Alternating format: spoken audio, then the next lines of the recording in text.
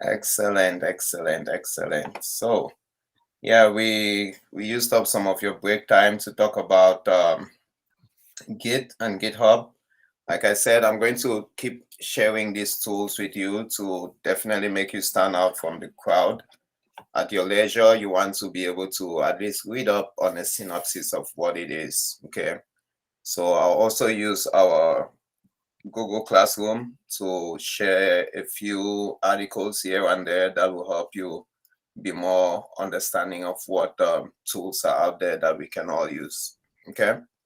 So to get us continued with what we were talking about, what questions do you guys have? Anybody got any questions, concerns, comments they'd like to share?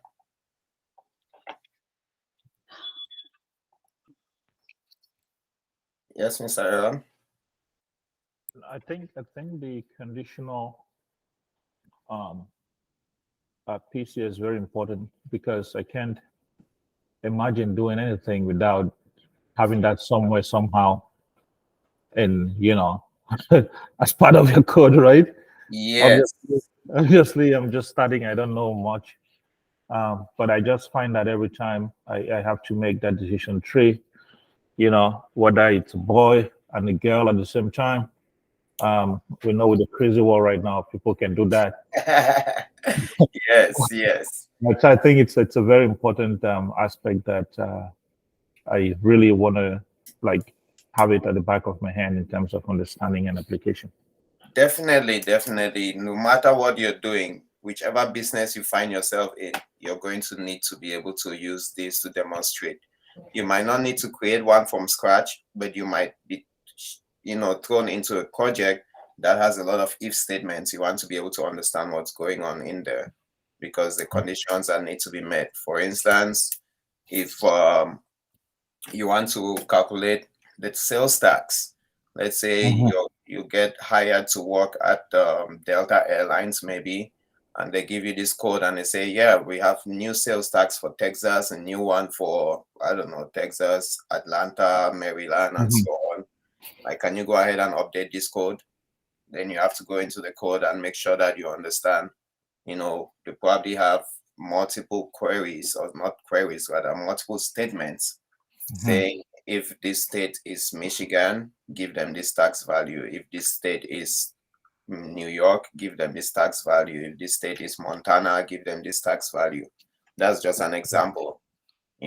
Maybe you're working for Macy's. If you're going to work for Macy's, they might tell you, okay, during Christmas, if it's Christmas season, this is the discount.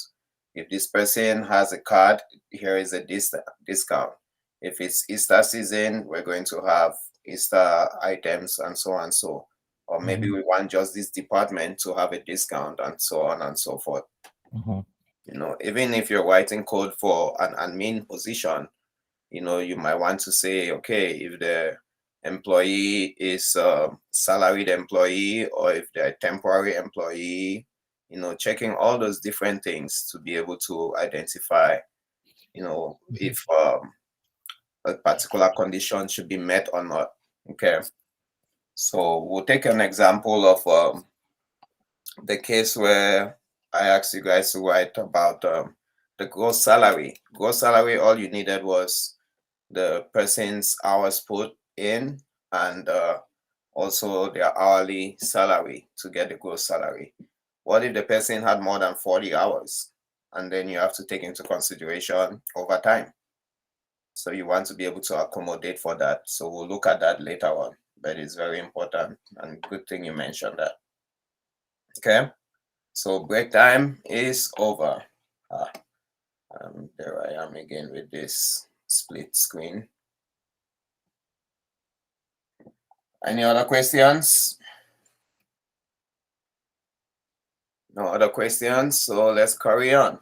Explicit is better than implicit. So this is also coming from our Python import this Easter egg. Tomorrow is Easter. Good thing we talk about Easter egg.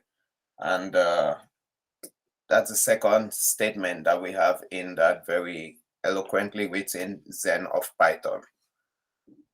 So what is implicit? Everything that you imply is implicit. I could also say whatever you're assuming is implied or implicit. So it's better to be explicit. Explain yourself. Don't just assume that somebody is going to enter a value that's not 20. We want to explicitly know that it's greater than, less than, or in this case, equal to, which is why we have chained conditions. In a chained condition, we'll introduce the elif word or the elif statement. Elif is short for else if. Okay. So for instance, in this example, if we're going to compare the value of x and the value of y, if x is less than y, we can print less. Otherwise, we go ahead and check if x is greater than y, then we can print greater. And then the third option then would be equal to. So let me escape out of this and take a look at the code that we had written earlier. So in our code that was written in Visual Studio Code, we went ahead and said if A is greater than B, then we should say A is greater than B. Else, it's smaller. Now, if we will execute this one more time, we did earlier and enter the value of 25. We said 25 was greater than 20. But if we want it now, and we enter a value of 20, it tells us that 20 is smaller than 20. There is no way that is possible. So what we need to do is update this code. To update it, we need a third option. So rather than having else, we want to do else if. Else if is written as elif. Because in Python, we want to be able to keep things simple and not waste characters and space. So now we know that if A is greater than B, we print that it is larger. L if A is less than B, then we say it's smaller. When we use the elif statement, we need to conclude it with an else. Oops, I need to go one more. Now we can say else print A and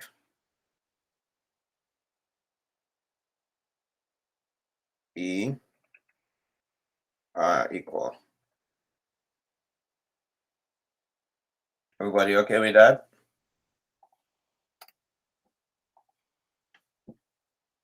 So in this case, we made sure that we change that to elif. You see else and so on and so forth. Okay? Does that look good to everyone? So now that we've gotten this, let me show you a few features in Visual Studio Code. In Visual Studio Code, when you see a white dot right here, when I move my mouse there, it becomes an X. When you see a white dot, that means you have not saved your changes. Okay? That means you have not saved your changes. If I go ahead and save it, I'll do Control S or Command S to save it. Now that white dot is gone. Now we see our X in there. So that's a quick way you want to note if you have made changes. That's the first thing. The next thing you'll see is that now we have 4 showing up in here because we have added this this folder to our GitHub account. Okay, so if I click on it, it shows me that there are 4 changes. Or if I hover over it, there are 4 changes. What are those 4 changes? You can probably see them in here. This is showing you that a change has been made on this line. This is showing you that this line has been added. So if I had given you this code and I went away and came back, I should be able to see those changes on there. And it's showing me that the changes are in one file. That file is the file that we currently have open. Let me drag this so we can see. So it's in this file that has been modified. It's showing me that this file has been modified. These other files have been added. but this is just the staging area. I can go ahead and commit them. All those other things we can talk about. It has nothing to do with Python. Everything I'm talking about now has to do with your source control, which is GitHub. But it's good that you see all those things and it makes sense to you why all these colors are coming up. Okay, so everything on our local machine is good, but if we want to push it to the cloud, if we want to push it to GitHub repository, then we can go ahead and commit and push and do all those fun stuff. But for now, let's concentrate on our code. We've made these changes. Now we should be able to get something that's accurate and not saying that 20 is smaller. So let's go ahead and execute that. It comes up and asks us for a number. I enter 20. Now it says 20 and 20 are equal because we've gone ahead and captured that fact that A can not only be greater than B, it can also be less than B, or it can be equal to. Sounds good to everyone? Yeah. What questions do you have? So that's one way of doing it, right? Let me copy this over and switch back to Jupyter notebooks so we can play with it as well. It might be getting lonely out there now, so let's go check it out and see what it's up to. So our Jupyter notebook, this is day 3. Let's go ahead and add the code that I've copied over. Did I copy it? No, I did not. Let me go back and copy it and then paste it. Yeah, so that's our code that we had in there. So we talked about chained expressions. We could have also nested that expression. How do we go about nesting an expression? To nest the expression the same way, you can have a yes or no. Start by is A equal to B? If yes, we go ahead and execute that equality sign. If it's not equal to B, then we go ahead and check if it's less than or equal to. So that would be a nested group. You have an if statement inside an if statement. Okay. So how do I do that in this case? Let me escape and go back to Jupyter. In here, I'll start by saying, I don't want to type too much, but I also want to make sure that you guys see clearly what's going on. If A is the same as B, make sure that you're using 2 equal signs. Because if you're using 1, that's an assignment operator. If you're using 2, that's a comparison operator. So if those 2 are the same, then I'll go ahead and print A is equal to B. Otherwise, I can go ahead and do 2 things. Now this becomes a nested statement where I can have another if statement inside that else block. So inside that else block, I have another if statement that will say if A is greater than B, then go ahead and print A is greater than B. Make sense? And then now we can have our else say A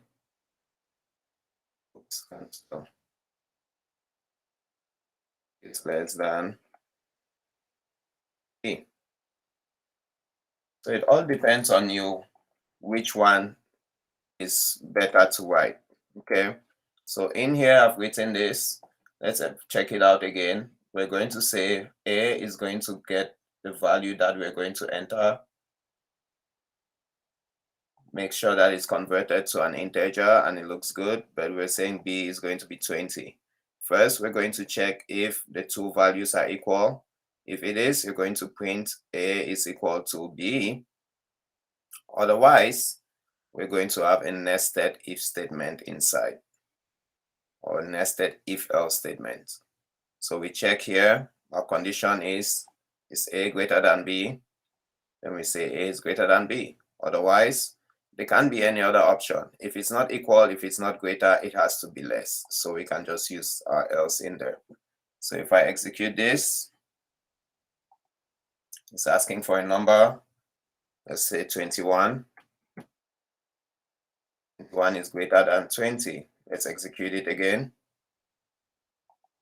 It's asking for a number, 19. Let's say 17. 17 is less than 20. And let's execute it again and put in 20. 20 is equal to 20. So that's how you conditionally execute based on what value is entered. Looks good to everyone? Questions, comments, concerns? So it's very easy to make mistakes and errors, right? If I go ahead and I forgot to write this as a conditional operator and I wrote it as an assignment operator and I execute it, it's already telling me you're speaking gibberish. You have to go back and learn your ABCs, right? Remember, Python is a language. It's normal for someone that does not know French to speak broken French. This is broken Python, right? It's normal for someone that does not know Spanish to speak broken Spanish. In this case, again, we have a syntax error. If you don't know Python, if you're not familiar with operators, arithmetic operators, assignment operators, comparison operators, logical operators, then you're going to have a hard time understanding what this is. It can be a turnoff and discourage you from writing code, but all you need to do is go ahead and change that from assignment operator to a comparison operator, execute it, and you're doing good. Sounds good to everyone? Next problem is when you have troublesome people like myself, instead of them entering a number, they go ahead and type in ABC in here. If you type in ABC, get an error. Invalid literal for int ABC. It does not know what that is. That is a traceback error, okay, based on the value. So we'll talk about that next. Just want to emphasize again, we've looked at chained and nested expressions. A chained expression, you have if, else if, or elif, and else. In a nested operation, you have if else, or if elif, or whichever combination of those within an if statement or an else statement. So you have to understand which way is the best way of doing it. In programming and in anything in life, it's always good to have a plan. So that's why it's good to draw out these flowcharts. When you draw out a flowchart, these diamonds always mean a condition, and it's a whole process to talk about each one of them. The rectangles are usually a piece of data, and so on and so forth, and the arrows tell you the direction to take based on a decision or the instructions that we're following. And next thing that I also wanted to point out is short-circuiting. So Python does not like wasting its resources. If it's going to compare two, or if it's going to have multiple expressions, once it evaluates the first one and it sees that it does not meet the criteria, it goes ahead and skips the second one. What do I mean by that? If I were to go ahead and say, let me write this query, say if A is equivalent to that, and let me say, or A is equivalent to 3, then you can print that. So this is an example of an OR operator. OR operator, you need at least one of them to be true for it to be true. So in Python, once it evaluates this first one, let me put them in parentheses so they're all clear. Once it evaluates this first one and it's true, it knows that the entire expression is going to be true. Python is going to go ahead and skip the rest of that. and go ahead and print this already. Okay, so let's go ahead and try this out. If I execute it and type in 3, I shouldn't type in 3. That's fine. Let's go ahead and do 20. It's going to automatically not execute due to pending input. Oops, I was supposed to go ahead and press enter. It goes ahead and prints out 20. It doesn't really care about if A is 3 or not, because it's short-circuited in this case. It stops executing at this point in time when you have evaluated the first one and it's okay. Okay, so just take note. In some cases, you might want to have certain expressions in the front and other expressions in the back, depending on how you want to optimize your Python code. So those are sort of things that might be useful for you if you get into an interview case and they'll ask you how can you optimize your Python code. You can use short circuiting. Okay, most people that will probably interviewing you might not be aware of it, and that will make you sound very smart. If you say, okay, the way I would like to optimize my Python code is to use short circuiting so that all my sub expressions that are more vital should be executed first, or should be evaluated first before the other ones that are less predominant are evaluated, so that if it evaluates true or false, I can carry on and save myself a few resources here and there. Okay, so that's what we get with short circuiting, and we talked about nested as well as if-else statement or chained elif statements. Let's proceed. Next up is error handling. Like I said, when we're converting input, like we've seen in this case, we get an input from the user and then we use the int function to cast it. Sometimes we might get error messages. I've shown you a few of those error messages, like a traceback, maybe a value error. There are many different types of error messages we can get. In some cases, maybe you're trying to open a file, right? You can use Python to open a file in your folder. If the file is not there, it's going to give you an error message saying file not found. Maybe the file is there and you don't have permissions to even open it. So you want them to be able to say, hey, file is there, but you don't have permissions, and so on and so forth. So in that case, you use a try block. Okay, the try block actually contains code that has a potential to give you an error message. So you try that piece of code. If the error message comes up, then you have an except block. This except block shows a code that runs when that error or that condition happens. There are many different types of exceptions too. You want to be specific, for instance, a value error expression, file not found expression, a divide by 0, and so on and so forth. So when you find that, you want to give specific answers that will help the user or also help the programmer to be able to debug, to be able to find out where the error resides. In some cases, you might want to just raise an expression. So for instance, if you're checking the water value in a sewer, say you work with the waterworks department, if you're checking that value and you need it to be a particular value, once you check and that value is not met, you want to raise an expression and just say, hey, error. You want to make sure that there's water in the pot before you start boiling rice. Otherwise, you're just going to burn it. Okay. So a few of those examples, let me go ahead and demonstrate that to you. Let's go back to here.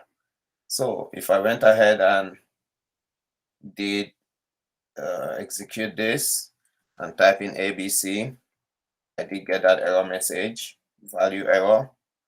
The way I need to be able to fix that is by doing a try catch. How does a try catch work? I go ahead and do try in case of getting this value. Where is it?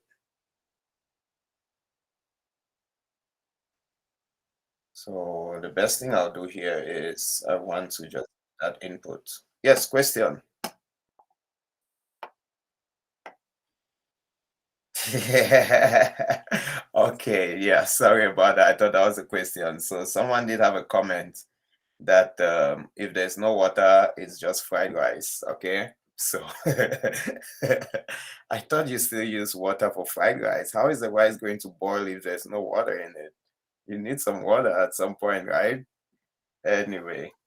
Not sure. You can try that for Easter. I don't know. You want me to burn down the house, man? Okay, so again, in this case, you want to be able to try this out. I think what I want to do then is maybe refactor my code. Let's say I'm going to call this user input. The user input should be equal to everything in here. So user input should hold everything that they enter, and then I can go ahead and convert my user input to an integer that way. Okay. So now this is the part that I really need to try out to make sure that they enter something good in there. So in order for me to do that, I'll use the try keyword just like that. I try, I'm going to try this value out.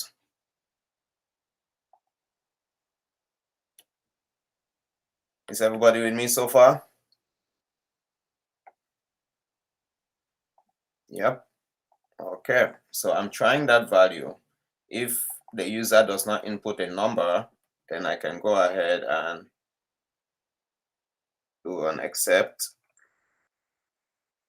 Shouldn't add an extra line. Let me put everything concisely. Except I can go ahead and give them an error message.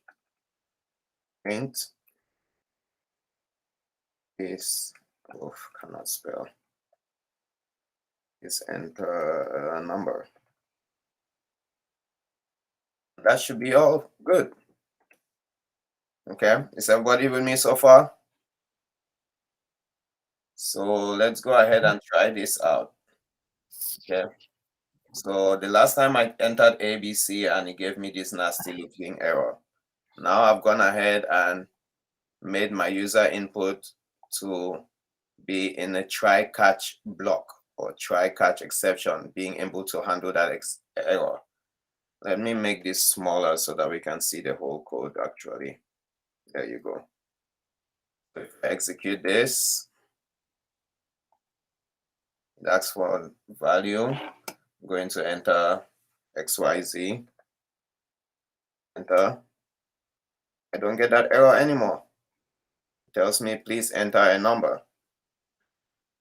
And since that value is XYZA is not yet assigned, if it checks this, it gives me that. Okay. So again, all of that has to be in there. For instance, I need to go ahead and probably get all of this to make sure that it does not execute and put it in here. I want to go ahead and tab that in there to look like that. So it's going to try this all out. And in this case, JJJ is going to tell me, please enter a number. But if I entered a good number like 26, tells me 26 is greater than 2. Looks good? Everybody okay so far? Questions, comments, concerns? I know it's quite a lot that we've covered. Yes, Fabian. Yeah, could you elaborate again on this try that you're using here? What is the reason for using it again? Okay, so let me go ahead and very good, very good question. Let me go ahead and try to answer one of the questions that we had for our review, right? It says, welcome, write a program to prompt the user for hours and the rate to compute the gross hour. So let's try to do this in Visual Studio Code, okay? I'll go ahead and get into my Explorer.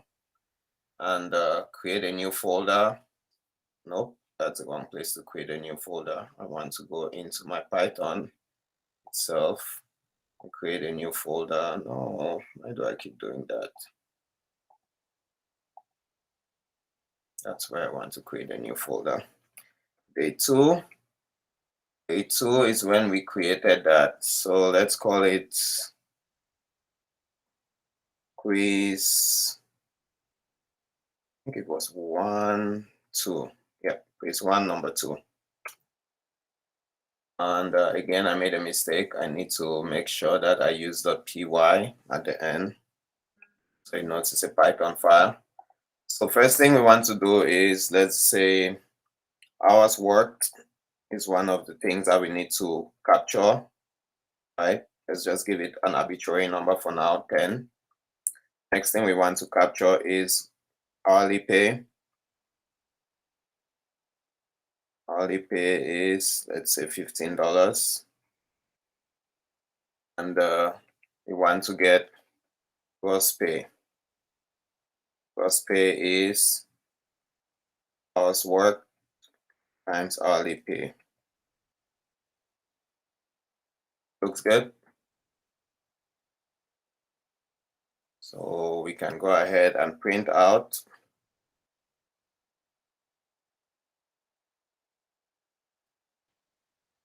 Let me start with hours worked.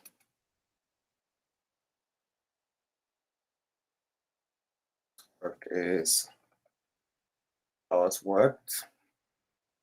Next, we want to print hourly pay.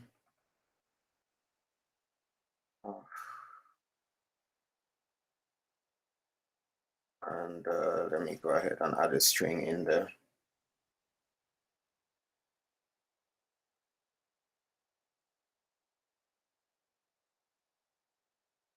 And let's print the final one.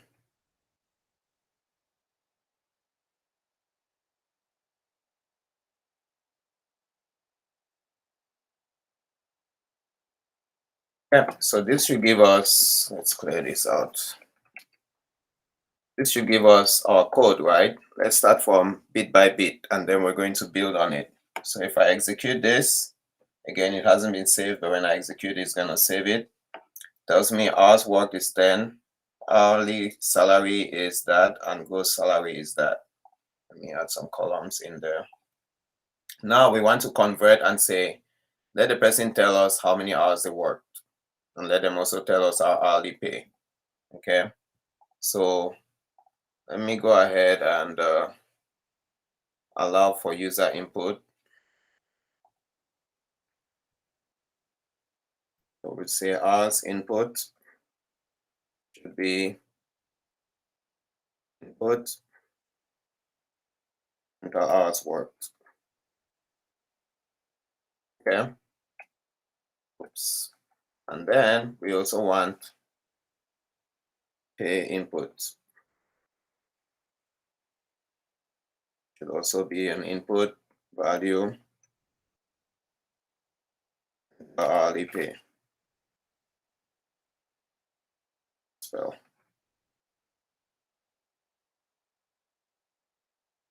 I usually add \n because it takes me to a new line, and it's better for me to input the content that way. Now I'm going to change these static values to have these new values. Okay, so hours input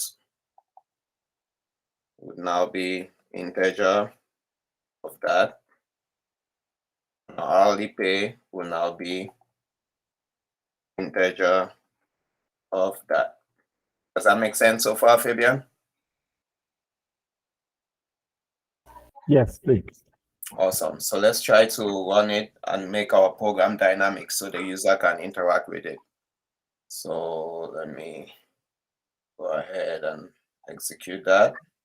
It's asking me for the hours worked.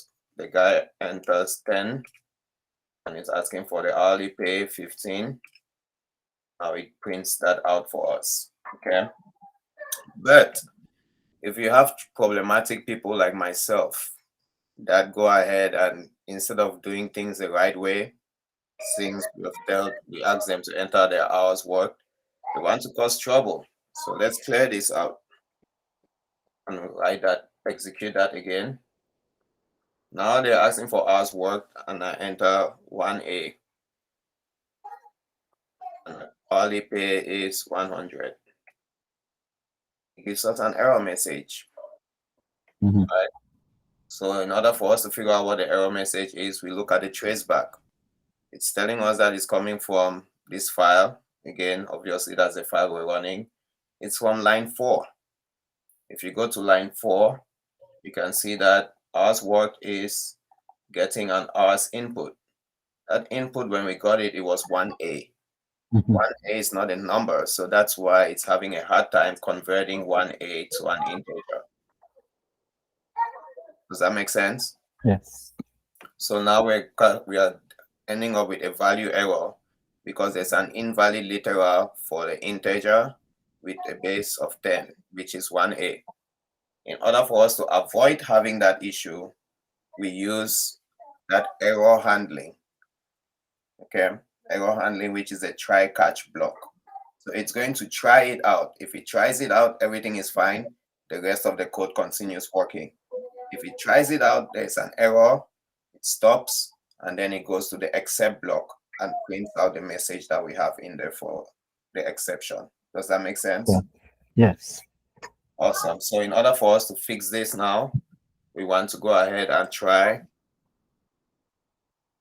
everything that we have so far. So let me drag this down. Let's say we want to try this. I'm going to tab it in, and you can see that everything now falls under that try block. And then go back to the line and do an except. There's a red line in here. That means it's an error. Every try statement must have at least one except or finally clause. Okay, so let's add the except. And there's an error. What do we want to do? We want to print, say, sorry, error. Okay. But now this is not very descriptive. This is just going to capture all the errors. So we want to be very specific in when we deal with this. So if you want to be specific, maybe you want to go ahead and drag this over and specify that. See, specify here that, sorry, input error, and the input is for hours input. Okay. And then you might want to do another try again for this next one, which will say, trying this next input. Every time you have an input, you want to be able to capture the errors. Okay. So the first one is going to try this. If there's an error, it says, sorry, hours input error. Or maybe I should be more explicit. Sorry, please enter a valid number for hours in hours work.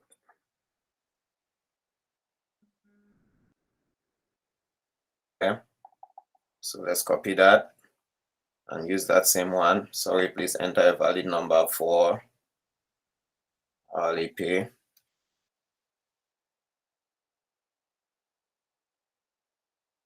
Then let me close this. The rest of this can fall back. Does this make sense? Yes. Yeah, so in this case, we just stepped it up. We have separate errors catching. You catch this error if they try to mess with you or if they try to mess with you here. Now, if we execute it and that troublesome person goes ahead and types in 1A,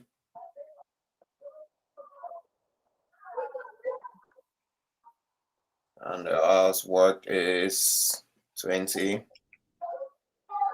still gives me an error. Hours worked is not defined. Did I miss something?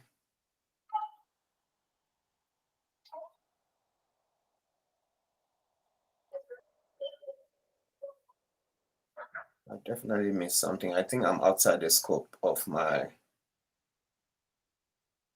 the traceback code line 14. Yeah, that's why. So all of this has to be.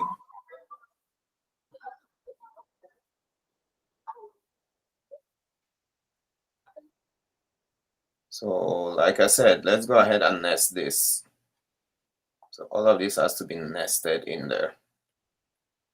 Oh, I missed it again. Cut that and make it smaller so you can see.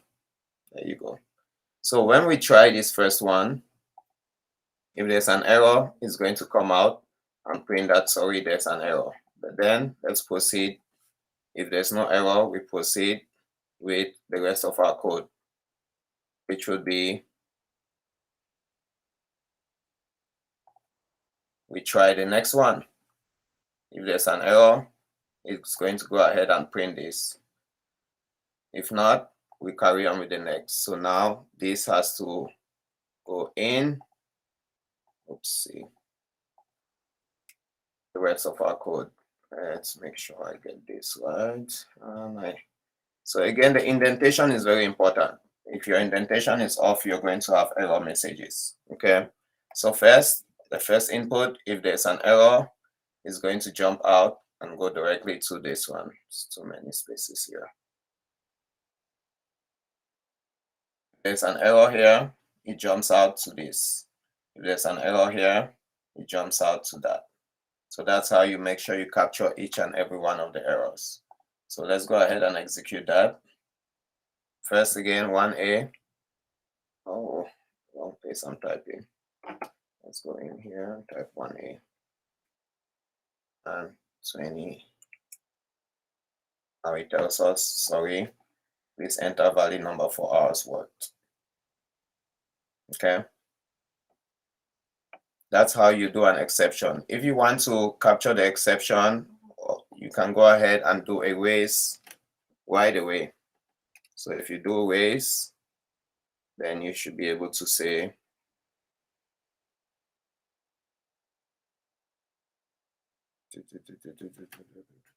print.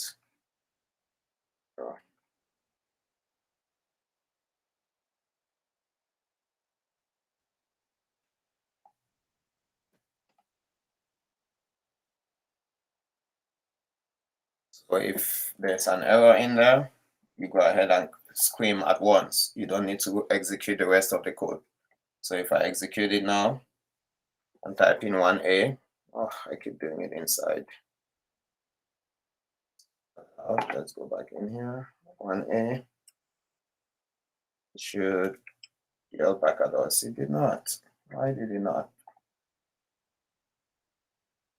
Okay, so I'm going to look into that. I'm not sure what exactly. I probably deleted something from there. Maybe should it raise end with a column? No, raise should just be straightforward. Yeah. Okay. But at least the try, I understand now the reason why we're using that try cache and where we are using it. Thank you. No, that's good. That's good that you understand that. So when you're raising, you definitely want to make sure that you have the exception that is being raised. But yeah, that's something that I haven't talked to you guys about. Good thing that it showed up. But yes, Aaron, go ahead. Yeah, in my in the last assignment, I actually used a conditional statement to take care of the error. Oh, I see. I see. Yes, so I'm going to try this one. Good. That's why I said we're going to be building on the assignments. But yeah, like I said, to raise the exception, right now I've just been catching the exception in a generic way, right? You try it and then you catch. But normally you can catch specific exceptions. For instance, I can say, okay, in this one, I would have a value error. That's one type of exception. Or I could just say exception. Exception catches all of them together. It's not a good idea to write exception because you will not know specifically what the exception is. But then you might want to use value error and then say, okay, that's 1. You can have another exception in here that says divide by 0, maybe 0 division error. That's another exception. And then now you can specifically say, hey, you cannot divide by 0. You know, hey, you can't divide by 0. And so on and so forth. So when you're more specific that way, if there's an error in the code, the debugger, the person Know where to find it, yeah. exactly knows what the issue is, and then they'll fix it. But when you want to raise again, you can specify the type of exception. So in this case, if I go ahead and raise exception error, that's when I'm going to be able to see that, okay, this guy was trying to cause trouble when they entered the wrong hours worked. So if we execute this, where did it go? There it is. And enter 1A. 20. It doesn't raise my error. Oh, why is it doing this to me? If blah blah blah blah blah blah. Oh, that's why. That's because I did not execute it. Okay. So again, that's if I have to execute it. Let's say if, go ahead and do an if statement, hours worked. Oh, that's not what I want. I want hours worked.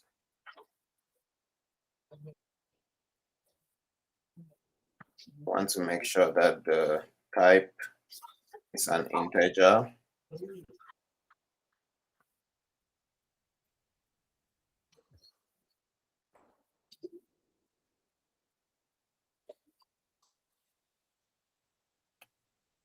Let's start in there.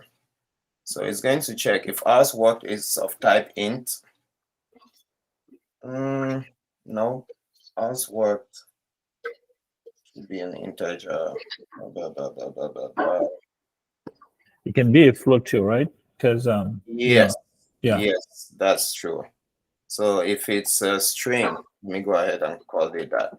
If the hours work is a string, then you have error. You have a string. Okay, and then execute that. Let's make sure I can raise that error. 1A. Still didn't pick it up. So it's definitely not a string. It's probably an int because it converted that to an int. But 1A could also be a string, right? Yes, when it tries to convert it, I think the problem here is, sorry, please enter a valid. Yeah, I think it already executed out of that. That's why. Yeah. But yeah, again, it's when you want to probably compare, in this case, let's say, yeah, I need to figure out a better way of phrasing this condition to be able to. So if, for instance, I said exit if 1, and let's assign that 1, and then go ahead and say if exit if 1 is less than 2. Then we can raise an exception and say we are exiting.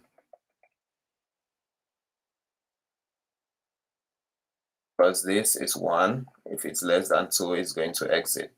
So that's how you'll be able to raise an exception. So let's execute that and try it out again. Whatever we input there, 23, 20. Yep, so an exception showed up on line 8. We are exiting. So it did say exception, we're exiting.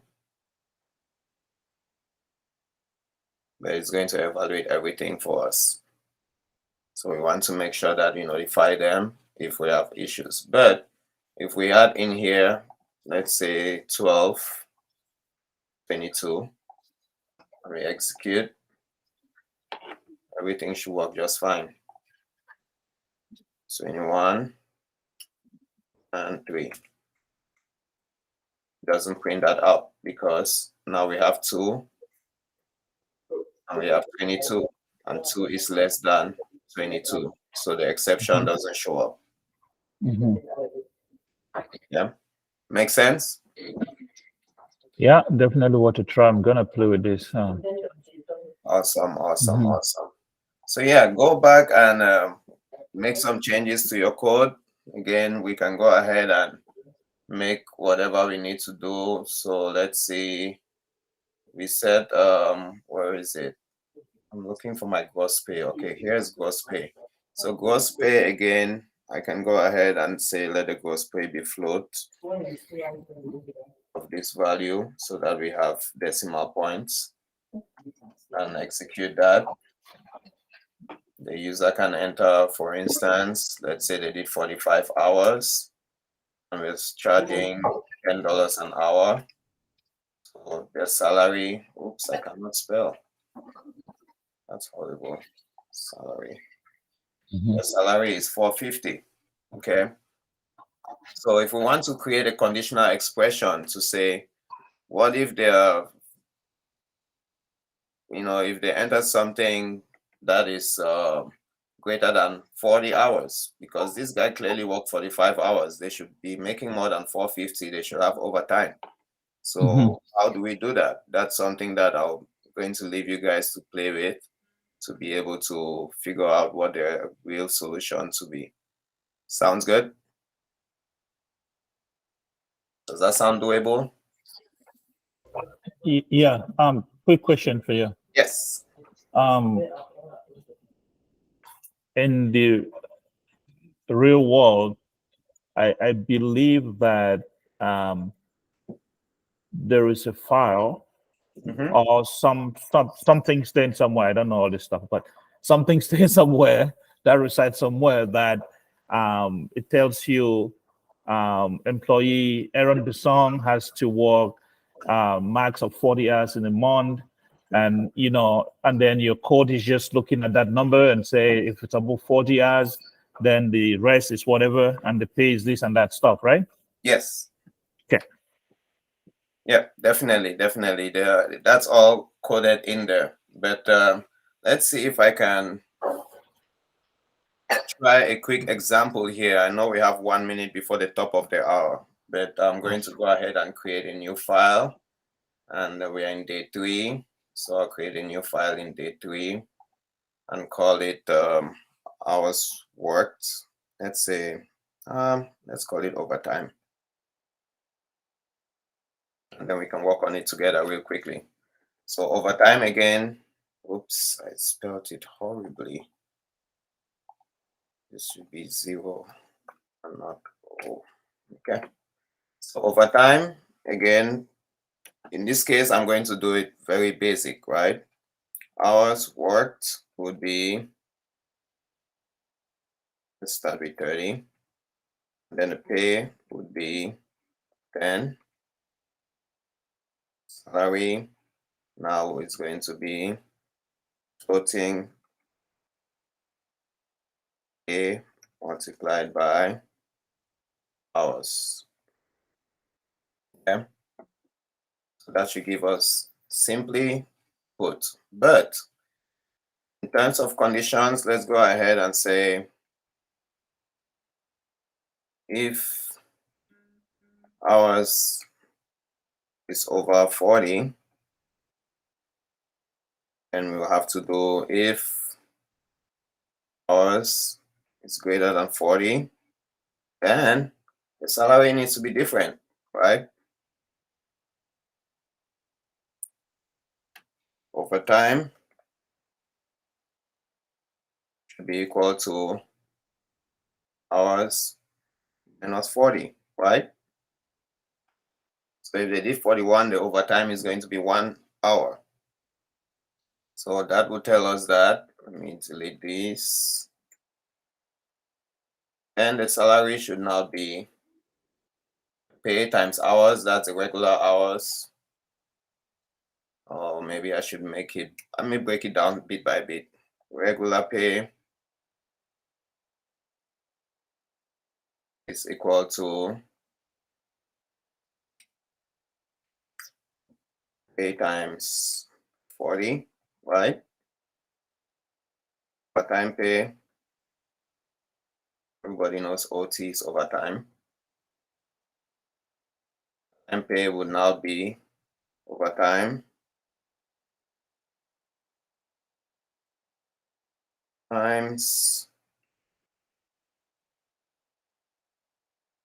pay and a half, right? How do we write pay and a half? Any ideas? 1.5? No, I think, let me see what I wrote.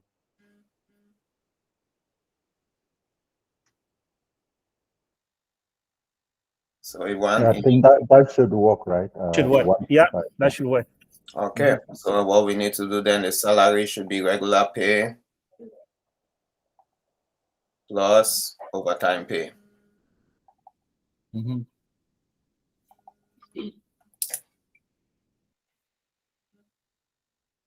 If I can find the plus sign. There you go. And that makes it easy. Otherwise,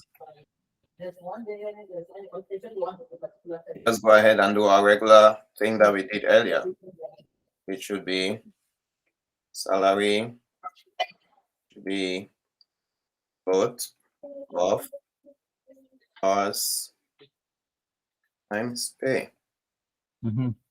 That's it. That's how we should be able to. Now you want to go ahead and make sure that, if you convert this to input,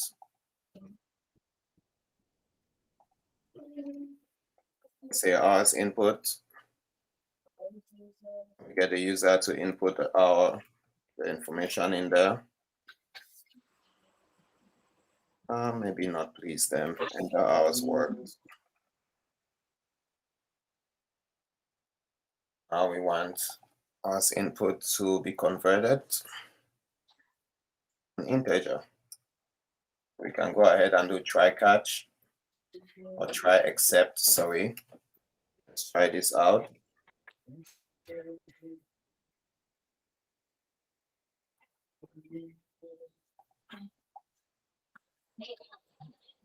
Oh no, what am I doing? There you go. So try each one of those. And then if you have an exception, it caps, that's why.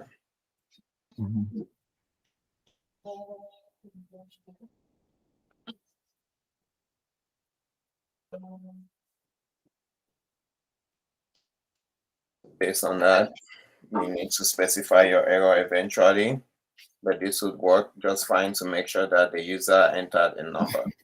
Okay. And then our pay, you also want to be able to capture that. If we decide that the pay is $10, that's fine. If we execute this now, it's asking us for hours worked. Let's say 40 hours. Ah, never mind. I did not print anything. Let's go ahead and print the salary.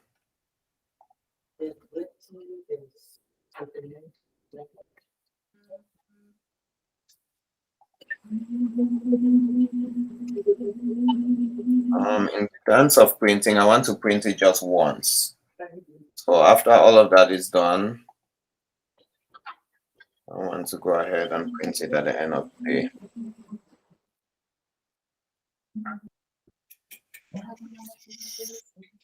Hours should be hours. Print.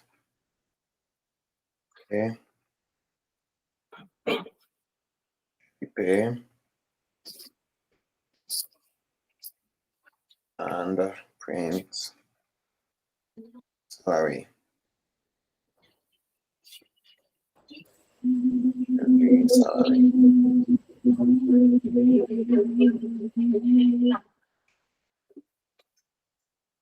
All right, let's try this again.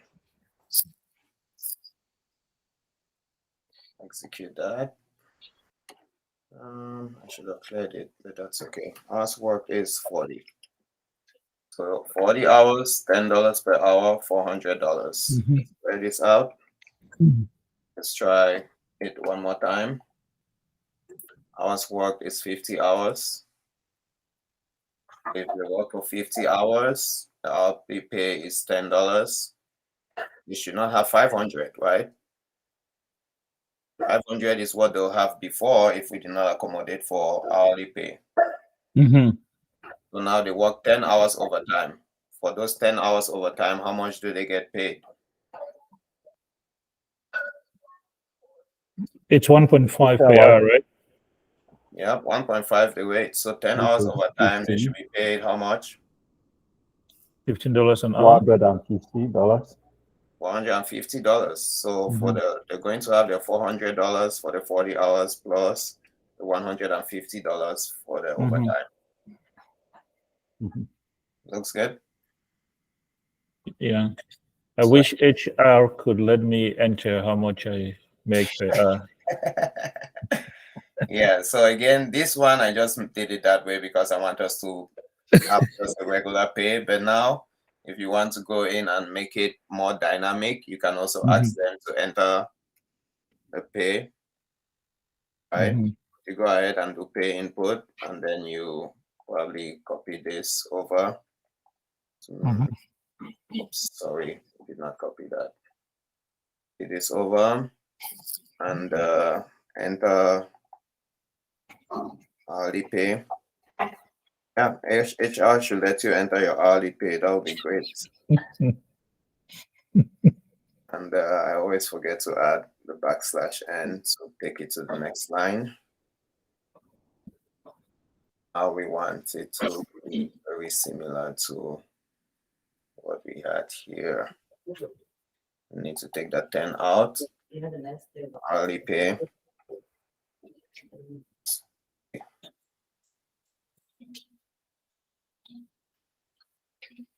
Oops, sorry. Look at the input is what I need. There you go. So yeah, you see, using an IDE, all those underlines, they're really subtle things that help you understand what your error is. I mean, delete this and then execute that as well. Now it's going to ask me, hours worked. Let's keep it at 50.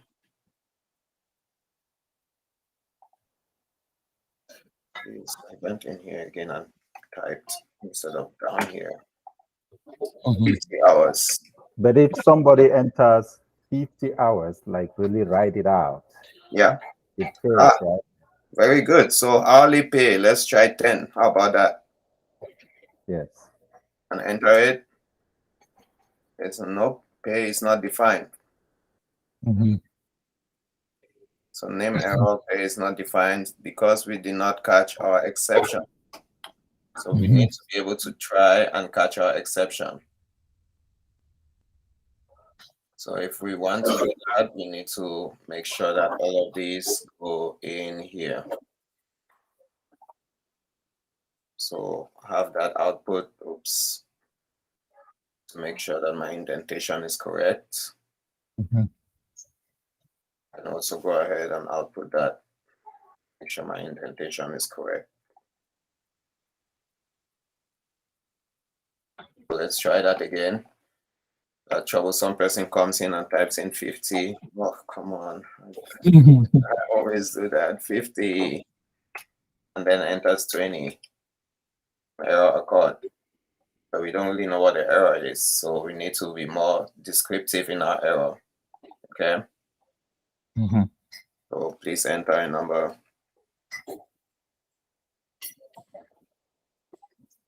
Then again, being more descriptive, we want to, now that we have two inputs, we need to specify which one is giving us the error. Yeah. So again, doing this try, catch, and then doing the rest is always the best way. You know, doing a nested try, catch would be the best way in this. So you said best practice would be that where we are using or requesting an input, we should try to catch like an exception there. Excellent. Always, always. When you do that, you always want to make sure you have something known as user validation. So you need to be able to have user validation. If you don't, your code is not secure. Those who do cybersecurity can tell you clearly. There are some websites that you can go to and you can type in a query. It's known as SQL injection, to be able to pull everything out of their database, because they have not set it up so that the user input is validated. So if you go in and type select star from table user in the username field, it might go in and pull out all the users for you. Does that make sense?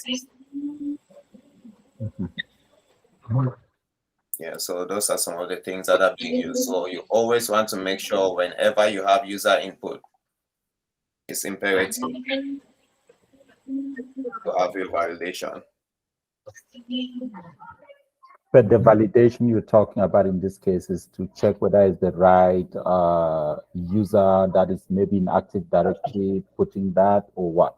Exactly. You want to make Okay. sure you use your try catch. Your try catch will be error checking and user validation. Okay. So another way you might want to do that is, like Aaron did say, he used the conditional statement. In here, I want to make sure that if the type of I shouldn't use it in here. If the type of hours input is not equal to int, I can start screaming for error. Int or float. Exactly, int or yeah. float. So let's say this enter a number. It's not equal to int. Then now I can use a sub query, sorry, a sub expression, and say, or that same one should be a float. I'm having a hard time when I keep switching from Mac to Windows. So if that's not the case, we tell them please enter a number for hours worked. So if I execute that, and the guy goes in and types in hours worked is ABC to 3, it tells you please enter a number for hours worked. Okay. So if I want to make sure that that's always executed, again, I can select all of those and indent them. I know you did not see that because it was all the way down. If I indent it, then it makes sure that if that's 1, again, ABC. I keep doing that again. Do that. We do that. So as worked here is ABC. 3 needs you to enter that. So yeah, you want to make sure you can use your conditional statements to make sure, again, if the value is greater than 40, you give your overtime. If the value is not an integer or float, then please tell them to enter a number. This is always going to be the case here because we have not converted it yet to int. So if you wanted to do that, maybe you need to move this in here to validate it. And your try needs a catch, or sorry, needs an except. So this needs to go in 1. Except I'm missing something. This try is all the way down there. Oops, I'm supposed to go back out.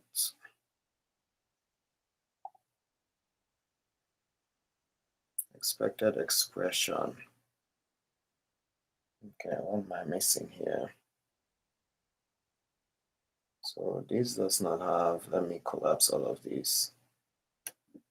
I think there's a indentation somewhere that is wrong. Is there a Visual Studio plugin for like a linter? Linter, yes, definitely. I think I can't remember if I saw that in my Which will handle all these indentations, correct? Yes, yes. Normally when you press enter, it does that already. So if you go into extensions, you can go ahead and search for a particular extension, as you can see in here. So that gives you link of multiple languages. There's definitely a lot of extensions. We cannot even talk about how many there are right now. But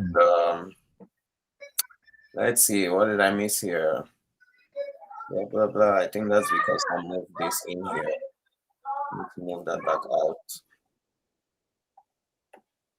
And I know I missed an indentation somewhere. Yeah, it's all of this. Move it back out. And then this need to move back in. There you go. Yes, Aaron. What is the shortcut that you did for multi-line indentation?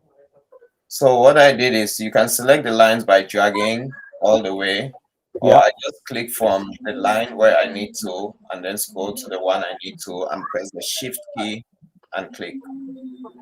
Okay. So if you press shift and click, it does that, and then use the tab on the keyboard.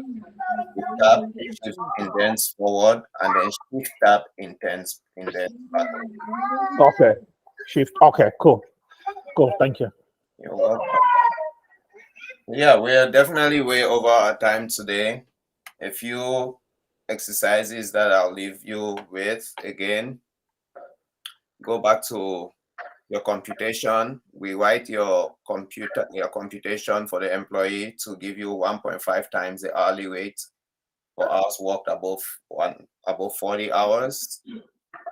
So let me go ahead and type those in here for you. As actually, I think I was supposed to give you that at the end of the week, not yet. So I don't know if I want to give you that. Well, go ahead and practice all of these like I've mentioned, but I'm going to add it in there anyway in case anybody wants to practice them. Yeah, after I post the lectures for today, just like we did for the introduction. Yeah. You didn't have any exercises. Those you didn't have any. Okay. So assignments, you had these. Yeah. So at the end of the week, I'll give you those assignments. But for now, practice them. Try to rewrite your program too by using that try and accept, and I'll give you one that's going to be more time consuming in order for you to get the user to input a score between 0 and 100. And then you can grade students based on the score that is entered, right? So if you tell them to enter a score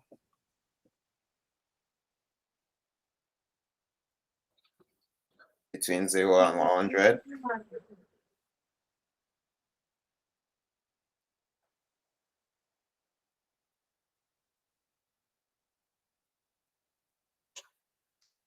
and then decide if the score is greater than 90, then it should have A grade.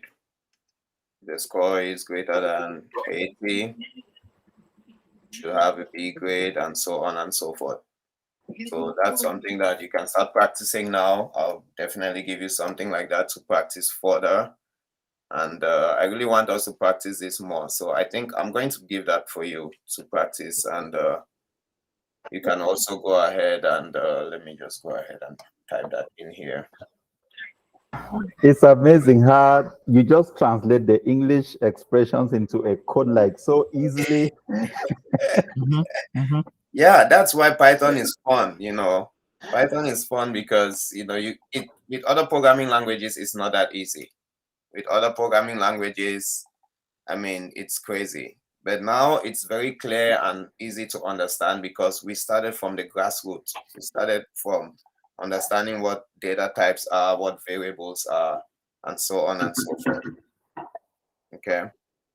So again, I encourage you to practice. I don't expect you to do all of this now, but if you do it now, it's going to help you have more time later on. So feel free to practice it. You can practice it, come with questions tomorrow, because tomorrow we're going to talk about something different. What we're going to talk about tomorrow is loops and iterations. So right now, all we've been doing is each time, let me go back to this. Each time we run our code, it ends. Each time we run it, it ends. We might want to be able to run it multiple times because, I mean, CPU is just sitting out there and waiting for input. So you don't want to open Word every time you type a line of in your letter, Word shuts down. It's good to make sure that it keeps running and then it just keeps asking you for input, because right now I can only enter one employee's hours worked. What if I want to enter more than one?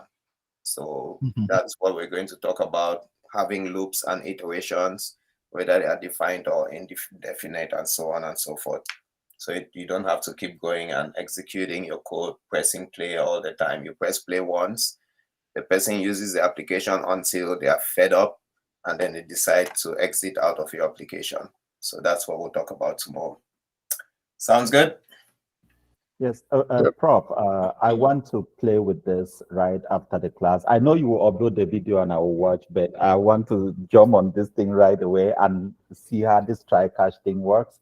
Can Yes. you, I want to like do a screenshot of this code that you have here. Yeah. Just have it and start typing it out. Maybe if you close the terminal output thing below there, I can. I see. Yes. I see. Let me make it smaller. Let me make it smaller. Okay. Yeah, so I'm going to share this with you as well. Let me go ahead and share this with you. Let's see. Did I save it yet? Control save. Okay. Is that Fabian on fire? Yeah, the thing is, once you start typing it, it becomes so much fun, and you're tempted to this guy is killing me, I'm telling you. the way he makes this thing look simple, and I go and I'm sitting there thinking of where do I put this apostrophe thing or this quotation mark? Yeah. So let me go ahead. Yeah, so I've attached the overtime.py to the example that I just said, exercises. So practice those exercises. You should be able to, see if that helps you out. Let me make sure that my code actually works before I send it to you guys, even though I already sent it. So if I execute this. If it doesn't, we have to debug it. Additional assignment to us. There you go. There you go. Yeah, so 20, 30. Okay, so it looks like it works for that. If I run it again and I do 50, 20, wow, that guy's making a lot of money. Okay, a lot of overtime, 1100. Excellent, excellent. So what other questions do you have? I don't want to keep you guys way too much over our time. No, I would need 2 minutes from you, Prof, to share my screen. But if you want to stop recording, that is fine. So everyone is free. Everyone is free to step away then. But if you have more questions, feel free to stay behind. Let's go ahead and talk about them. Sounds good? Let me go ahead and stop the recording. And yeah, I know nobody is gonna go because everybody loves Python. I want to see the magic code.